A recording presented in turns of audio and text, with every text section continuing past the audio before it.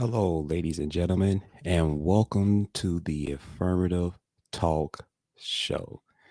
So, before I get into the topic of conversation, I definitely want to say some things and get those things out of the way. First and foremost, I am repping my merch, my Affirmative Talk hoodie. I do have a merch store. You can go to my website at affirmativetalk.com, and it would mean a lot to me if you support the show, the Affirmative Talk Show.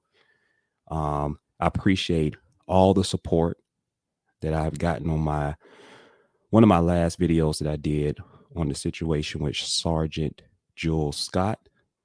I got a lot of views. I got a lot of followers. And I really do appreciate it because I do put some time and effort when I'm creating this content. Um, I want to give my respects to Vanessa Guillen, and I want to say for her to rest in peace. I want to give my respects to her family, her friends, and I want to give my respects to everybody, even from the military side, because I respect all the women and men who has served and who are continuing to serve in our military branches. And let me say this. On each video that I do, I try to be as respectful as possible, but I want to give my side, my views, because it matters to me. And that's one of the most important things, but I want to do it in the most practical and I want to do it in the most respectful way. And I'm open to everybody's views on any topic that I bring to the forefront. I'm not that type of person that deletes a comment because of somebody else's point of view. But let me say this. If I feel that the comments are so egregious and so disrespectful, where it's demeaning somebody else's point of view, then I will take action by deleting the comment. But for the most part, it has to be so egregious and so disrespectful and demeaning to someone where I have to delete it because I do not condone those type of views. But I do condone is you to give your point of view and your side. And that's very important to me. So I appreciate everyone that commented on my YouTube video, which is Affirmative Talk, where everyone had their point of view and their say so. And if you can go to my actual YouTube page on that video about Sergeant Jules Scott, you see that your comments are up. Even if I disagree, I try my best to even reply to your comment. Just thanks for commenting because that's very important to me. I don't want to be the person or the content creator where I talk about something and you just hear my voice. I create this content because I want to hear other people's and I want to have a platform where other people feel comfortable enough where they can comment on my videos. And I try to reply. Now, this subject and the topic of hand is very important to me and why I wanted to talk about Vanessa Guillen, specialist, Army specialist, E-4, Vanessa Guillen, because I think it's somewhat connected in some capacity to Fort Hood on what's going on. And as I did some research, I started seeing there's a lot of things that is going on that base on Fort Hood in Texas. And it gave me a reason to pause for concern for all the soldiers that are working on that base. What's going on? And the story of Vanessa Guillen is very important to me. And I'm going to break it down in different spots. And I want to elaborate on it. And feel the need, if you want to comment, this video is live. We're live right now because I believe in the power of engagement. And I want to see your views as I'm commenting and as I'm actually communicating about Vanessa Guillen. And I think it's so very important. Now, it's been reports that there were two people involved in the death of Vanessa Guillen. One of them, which is Aaron David Robinson, specialist. Aaron David Robinson. And the other one is Cecily Aguilar. These are the two people are solely responsible in the passing of Vanessa Guillen. What they did was so egregious, so disrespectful. And it had me thinking. Now, specialist Aaron David Robinson is in the military, as you can see. He's in the Army on that base at that time. And it had me thinking, okay, so did Vanessa Guillen communicate to the authorities and did things the right way in regards to her life being in danger? Now, we're going to break this down because I think this is something that is very important to break down step by step. Because what I want to do on the Affirmative Talk Show is talk about things that are truth and talk about things to put it out on the forefront to have our minds thinking. Because at the end of the day, the truth is not meant to always be welcome. Some people don't like the truth. Some people really hate the truth. And some people will try to do things to shut you up when you're talking about the truth. Now, this is all out in the public. Now, as you can see right here, there was an article on April the 30th, 2021, where the Army report finds Fort Hood soldier Vanessa Guillen reported being sexually harassed twice before she was killed. Now, it's very important to point out that the investigation that they did not find evidence that Guillen's alleged killer had sexually assaulted her.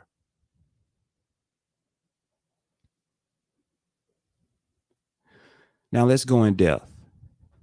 A U.S. Army investigation found that specialist Vanessa Guillen reported being sexually harassed 2 times by a fellow soldier at Fort Hood before she was killed. A finding that contradicts the Army's previous claims that there was no evidence Guillen experienced harassment. Now, let's stop right there.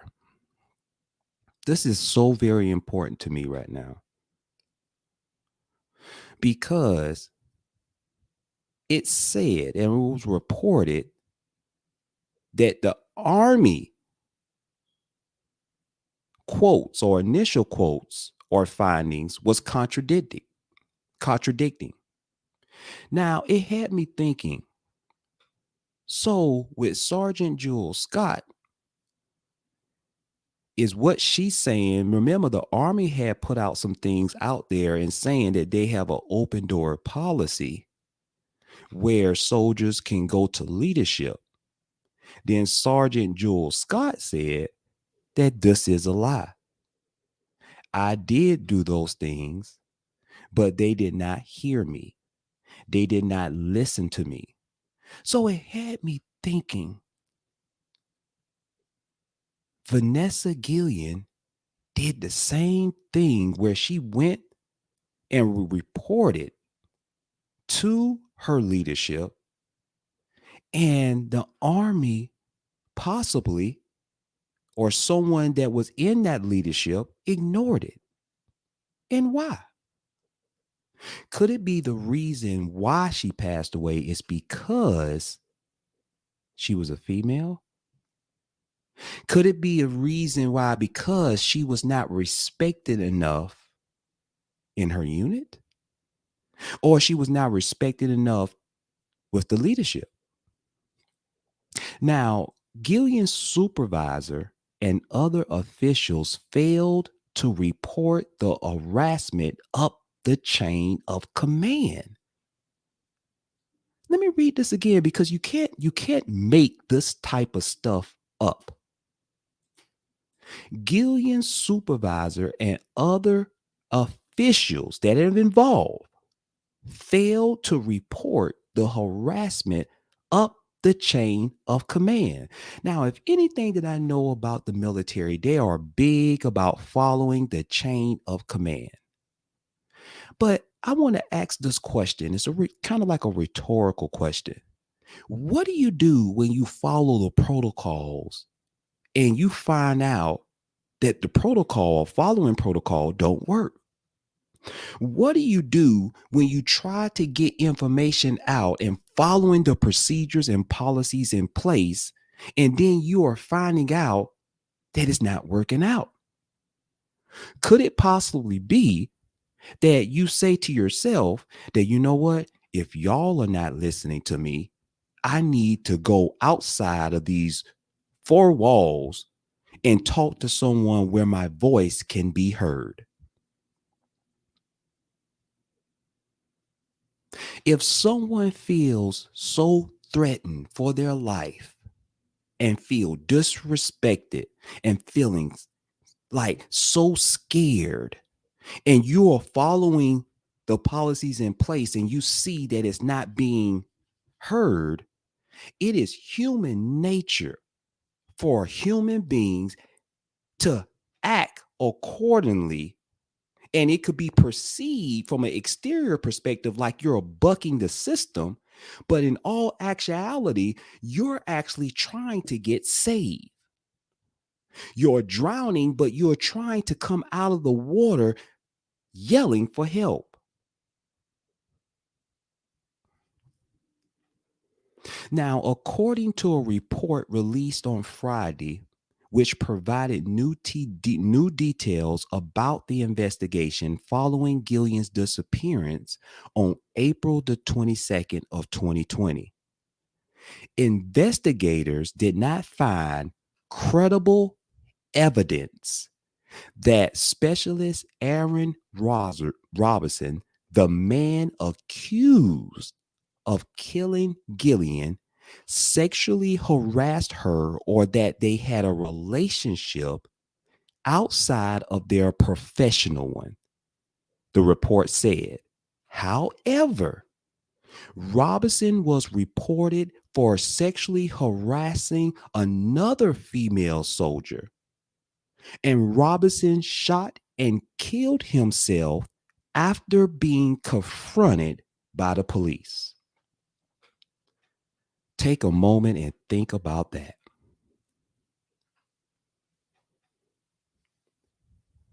Now, when I hear the words credible evidence, it gives me pause of concern. You know why?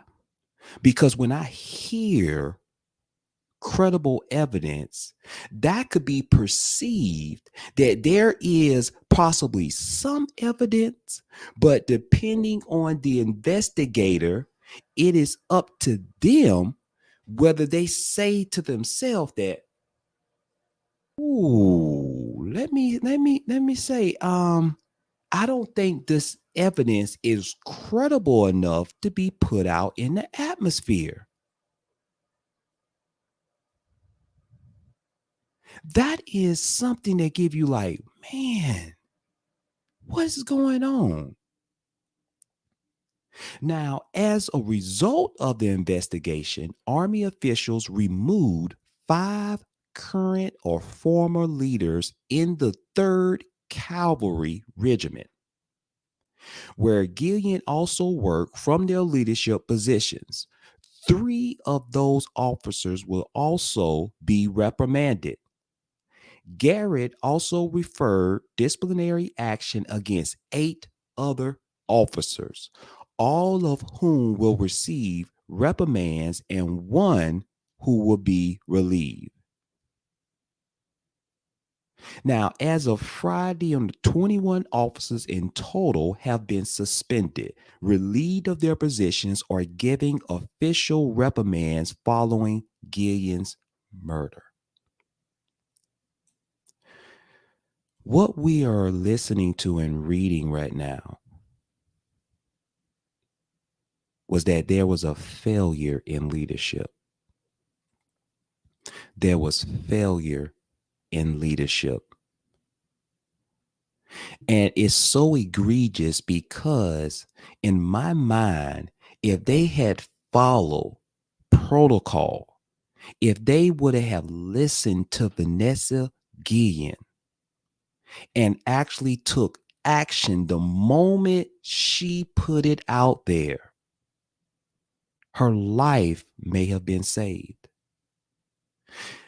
Vanessa Guillen possibly would have still been living today. Now, this is so egregious on what I'm about to say right now, what happened to her. Gillian was found in a shallow grave outside Fort Hood after being bludgeoned to death last year in 2020. She was only 20 years old. Her killing sparked national outrage and calls for reform in the military against sexual harassment and violence. Some person has said that I have a daughter who is 23, the same age as Vanessa. If she was here with us today, Major General Jean LeBeau said in a press call with reporters on Friday, said that I keep a picture of my daughter on my desk. And when I speak with the Guillen family, I can see my daughter there. And each time I imagine the grief of the entire Guillen family. Ladies and gentlemen, let me put this in context. Let's say you have a woman and the woman calls the police. And the woman says to the police, I'm hurting. My husband is abusing me. And you have the police that's supposed to take action and do their investigation. And upon doing their investigation, they come back and say that we don't have really no credible evidence.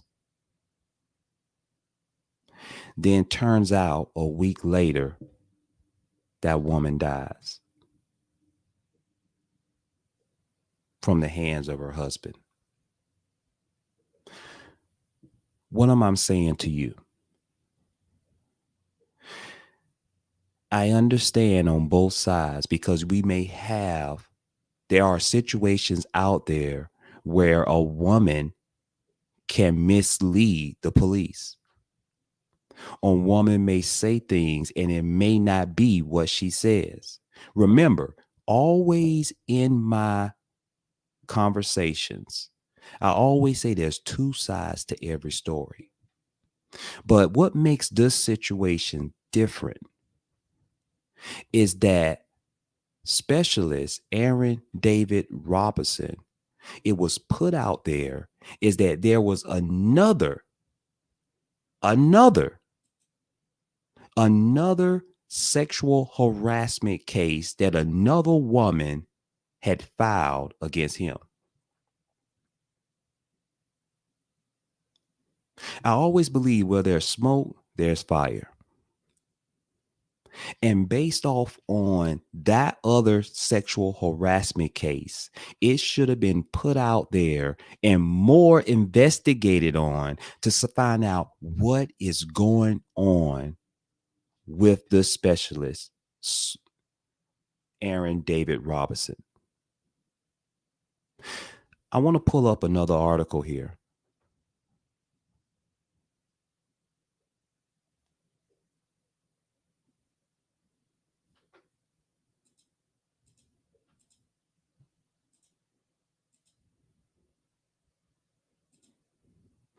As you can see here, on Friday, 373 days after Guillen vanished from Texas military base, Army officials finally admitted that the Guillen family was right all along. Vanessa Guillen was sexually harassed at least twice in the year before she died. And she told fellow soldiers and friends, and some of whom reported it. So this had me thinking, what is going on Fort Hood? Why is it that there are certain soldiers, and there has been soldiers that have been put out there for public information of sexual harassment? Is this a known thing? Is this something that is common in the military? Is this something where a woman's voice is not being heard? Because this is egregious to me. Because at the end of the day, when you come out with a final report and say that the family was right all along, she's dead now. You had two people that was involved. You had a specialist, Aaron David Robinson, who they said that was involved in killing Vanessa Guillen. And then you had an accomplice by the name of Cecily Aguilar. Now, they did something that was so egregious, is where they took a hammer, bloodied her to death by hitting her, and then put her in a casket. And you have to say to yourself, what else Vanessa could have done?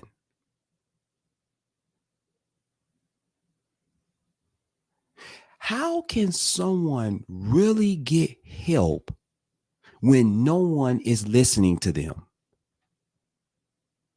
How can someone really get help when no one is listening to them? And it had me thinking,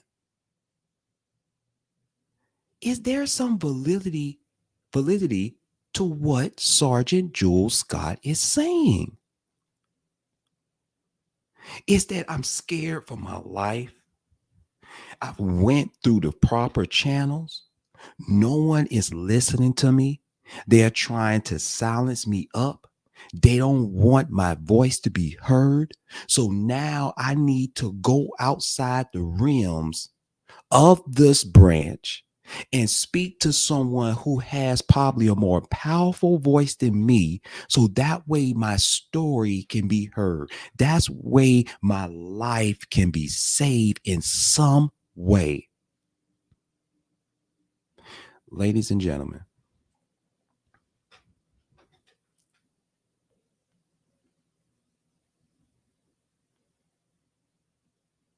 there are some faults here. The system failed Vanessa. Her leadership failed her. And when I mean her leadership, the people that were in command, the people that are supposed to protect and serve the soldiers on that base, failed her. Failed her completely, where she lost her life. This is what we do for our military soldiers? Is this the right way that we supposed to be there to make sure that our soldiers are protected? Because you have to realize these men and women that are serving in the military, they are mothers, they are fathers, they are sons, they are daughters, they are cousins, aunties. Let me tell you something. There has to be a better way. There has to be a better way, where there has to be better people that are in leadership that can handle situations when you have a soldier that comes to leadership and says that I feel uncomfortable, I feel sexually harassed, and I need help in my situation as a woman. Could this be a situation because she's a woman, she is not believed? Because she was a woman, they just brushed it off. This is sad. I have another article that I want to share with you. This is very important, ladies and gentlemen.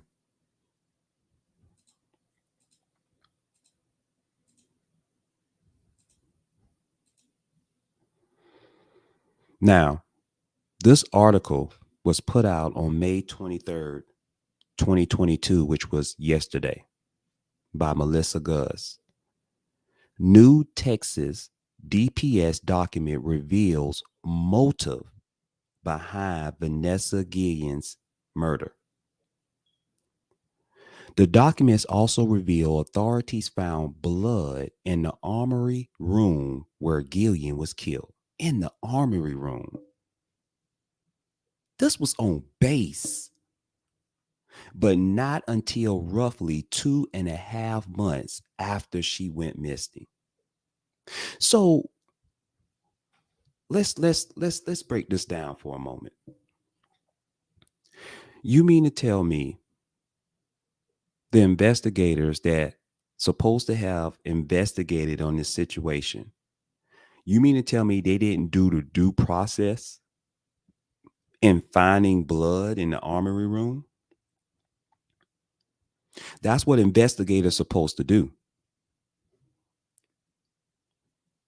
Now, a document from the Texas Department of Public Safety that was filed in federal court reveals the motive behind why Fort Hood specialist Vanessa Guillen was murdered in 2020 by fellow soldier specialist Aaron Robinson. The document filed on May 19th this year of 2022 describes an interview with Cecily Aguilar. This was the woman that was accused. You see her right here.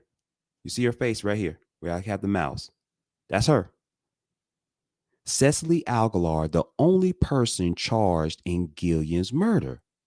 At one point, authorities had asked Aguilar why her boyfriend, Robinson, would want to kill Guillen.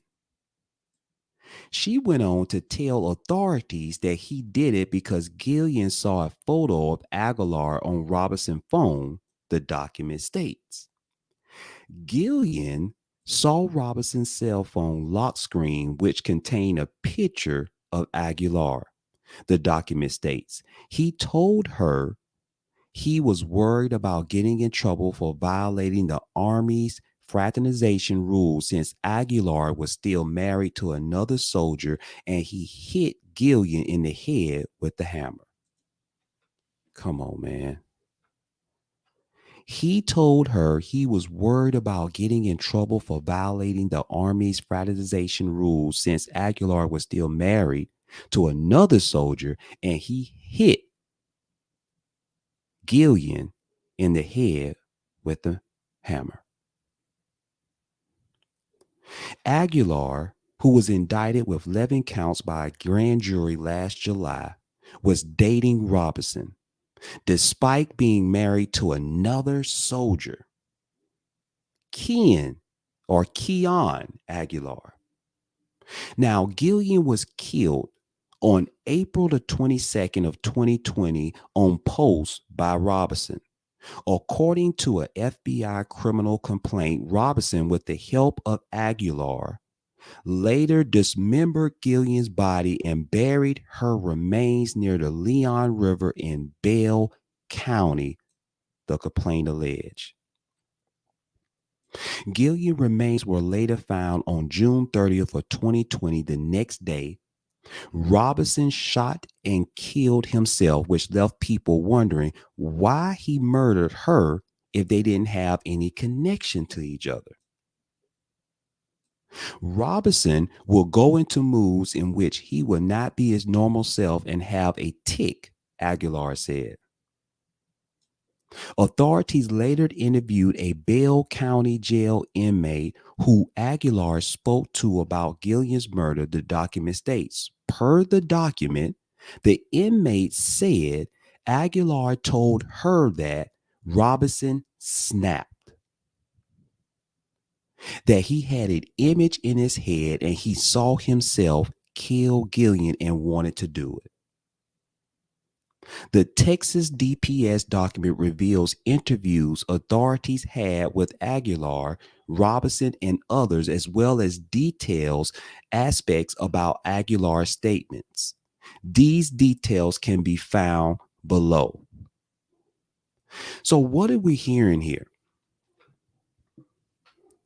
Is that we know that there are two people that are involved. Specialist Aaron Robinson and Cecily Aguilar. And what do we know here from the story?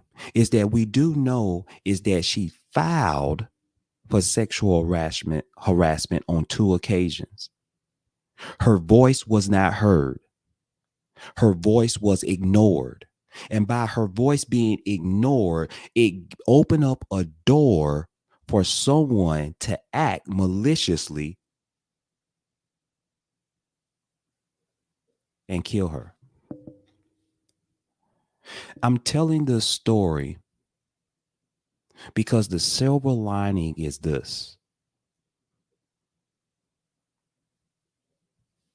When you're trying to get your word out there and you feel that your word is not being respected, you feel that your truth is not being heard, sometimes people feel the need that they have to go outside of protocol. Sometimes when people are pushed hard enough where they feel that I'm desperate at this moment because what I see going on is not looking good for me. And I don't want to get into an opportunity where I be ostracized and ridiculed, blackballed, whiteballed, where if I speak my truth, I'm just going to be looked at as another number.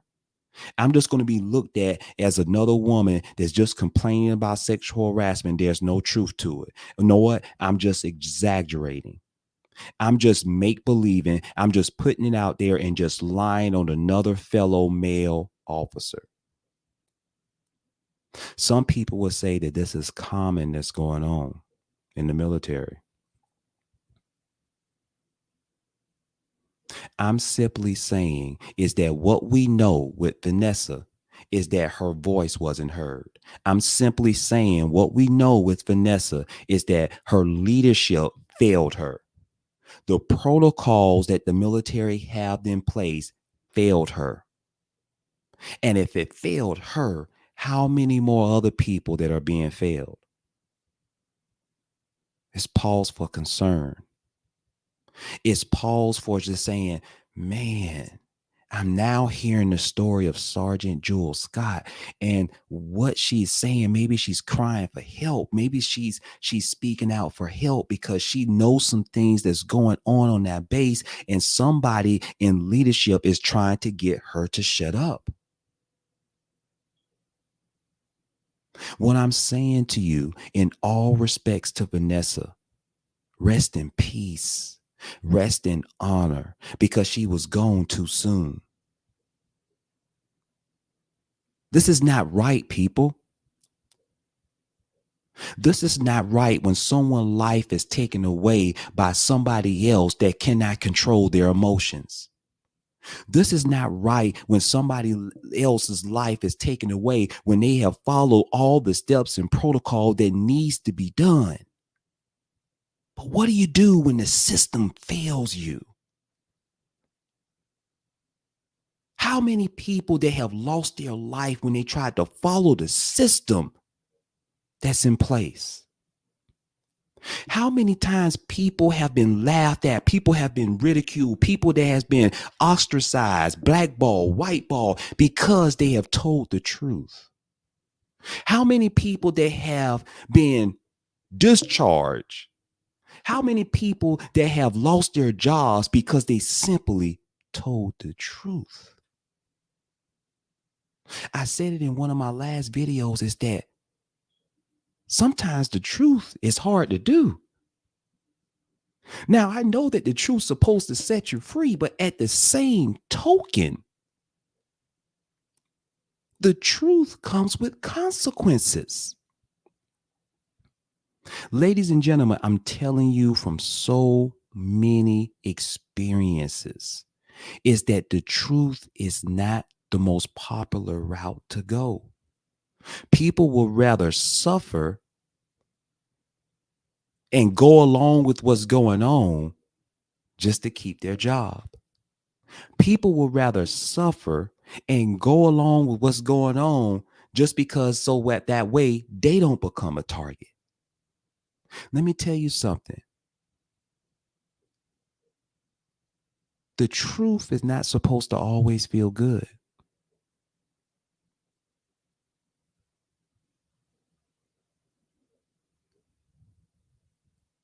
And this is why something that needs to be done. This is why it needs to be an external investigation that is going on. This is why when things like this go on, it needs to be an outsider that's able to come in situations like this, who don't have any feelings or emotions attached to the system of the military. And this is something that is going on. It needs to be done regularly.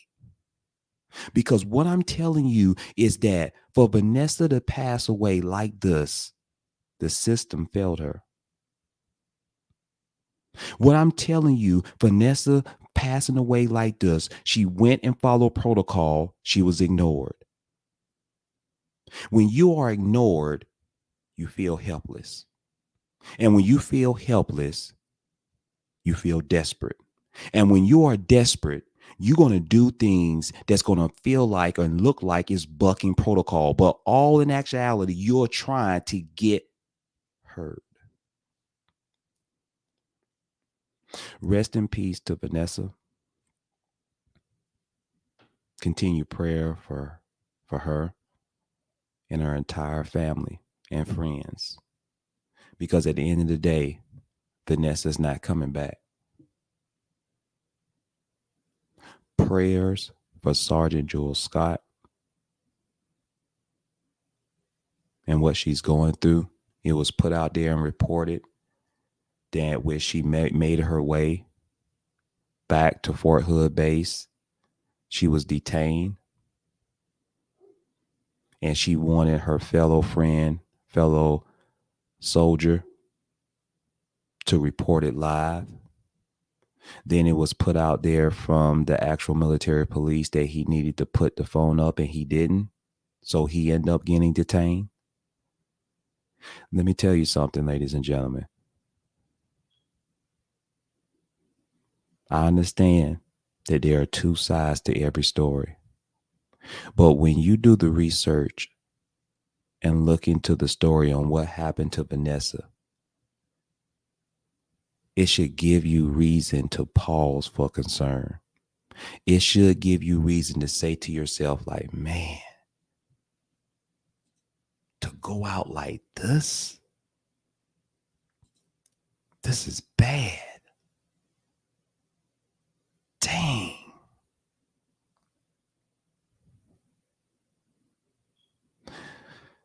Ladies and gentlemen, if you like this episode, make sure you like it, whether you're watching me on Facebook, whether you're watching me on LinkedIn, or whether you're watching me on YouTube. Also, do me another favor.